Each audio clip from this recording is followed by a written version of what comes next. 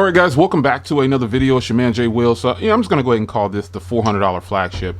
Even if you guys don't like that, I don't know what to tell you. If you don't have this phone, that's probably why you feel that way. Now, there is another version of this phone, by the way, that does have a Snapdragon 845, but this is the version with the Snapdragon 635, and for 400 bucks, this is definitely a flagship to me. So let's get into this. Full review on the Asus Zenfone 5. I've been using this as my daily for at least 3 weeks now. I haven't put out a video on this in about a week and a half, almost 2 weeks probably. I've been traveling and I've been using this phone to take photos everywhere, and I leave the watermark up so you can see that I'm actually using this phone for photos and videos and everything, but it's just awesome. So let's get into this, man. Tech specs first: 6.2 inch display, 1080 by 2246, 12 megapixel and an 8 megapixel on the rear, 4 gigs of RAM in this model, and you've got 3300 milliamp hour battery.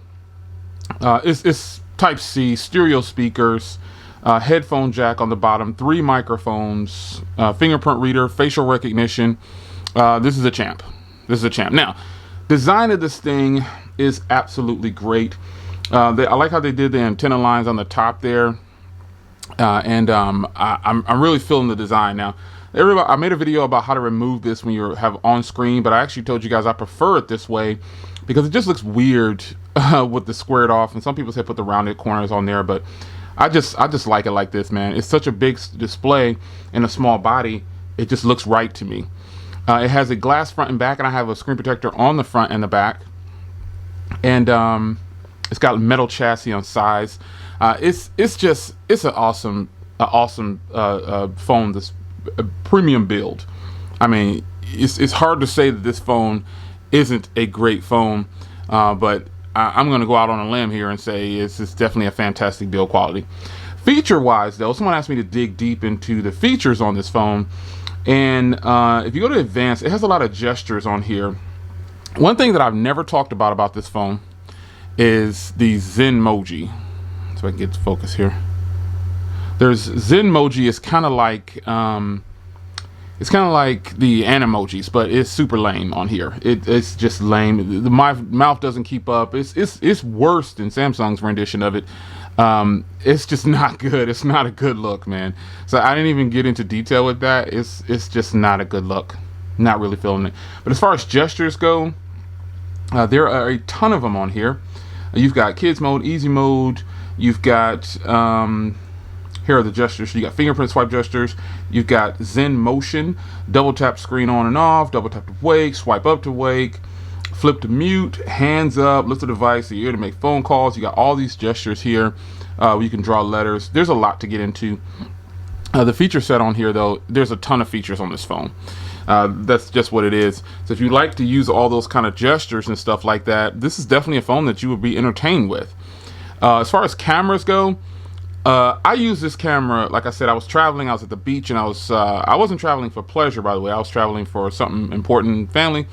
So I took this phone with me. This is the only phone that I used. I kept LTE the entire way, and I was out, way out, and it did very well.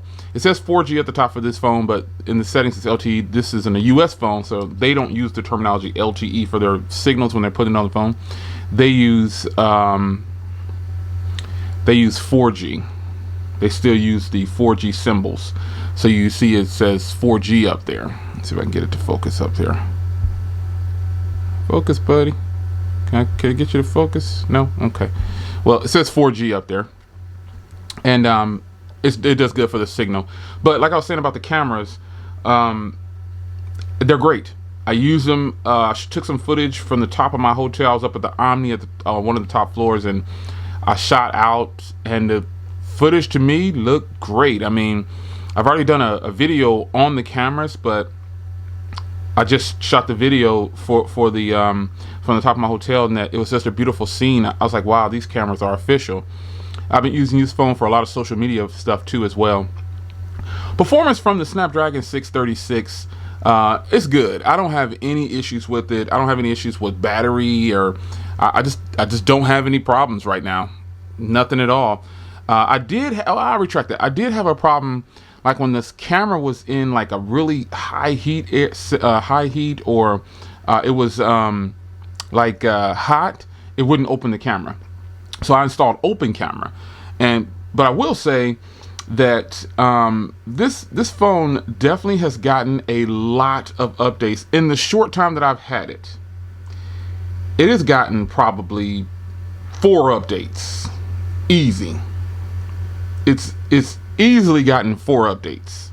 I mean, I know it's more than that, but I just lost count because every time I would go in there and check manually, there was an update. So I think I've gotten at least 4 to 5 updates. So the software, they're trying to maintain it. They're pushing out updates for things, and it's just working. It's a good look. So as far as the battery life goes, this battery has given me officially a full day and a half without a charge. Like literally 36 hours I can go for sure with this phone with no charge. And the screen on time has settled down now to between 5.5 and 6.5 hours of screen on time. That's actually fantastic to me, because I like being off the chart, and that's with me streaming a lot and stuff too. I'm not putting the phone down very much, but if I can stay off the charger with any phone, I'm super happy. Even if I only got 2 hours of screen on time, but it went 5 days, that means I've used it just that amount of time. You know, I'm getting what I need out of it. And I feel like with this phone, if I were to do that, this phone can definitely go about 3 to 4 days, probably even longer depending on how you're using it. So, but you won't, obviously, you might not get 5-6 hours screen on time. You might get like 2.5 or 3.5. But if it goes that long without a charge, you're winning. You're winning because you're using the phone when you need it and it's there for you. The price on this thing is absolutely great to me, man. It's between $380 and $450. Check the links in the description for the updated pricing. It fluctuates. But what I will tell you is anyone can call this phone, anyone can say this phone is not a flagship. I'm just going to disagree because I have flagships. And if this phone feels better, performs better than some of my flagships, takes better pictures than some of my flagships, why can't it be a flagship? It's your man, Jay Will. I will see you guys in the next video. This is a full review for the Asus Zenfone 5. Look for more to come. The 5Z, I'm hoping to get that too. If I can find it and get a good price on it, I'll buy it whenever it releases. That's the version with the Snapdragon 845. And if I were to get that, I'll probably put this up for sale. I'm not sure yet, or I get the different color for the other one. Also, the 5Q is officially hit Amazon the other day, so be sure to check that out. It's only $299. And check the specs on that. I think you'll like that too. I think Asus is trying to do something here. I think Asus is trying to make their mark, and they're doing very well with this phone right here. It's your man, Jay Will. I'll see you in the next video. Take care.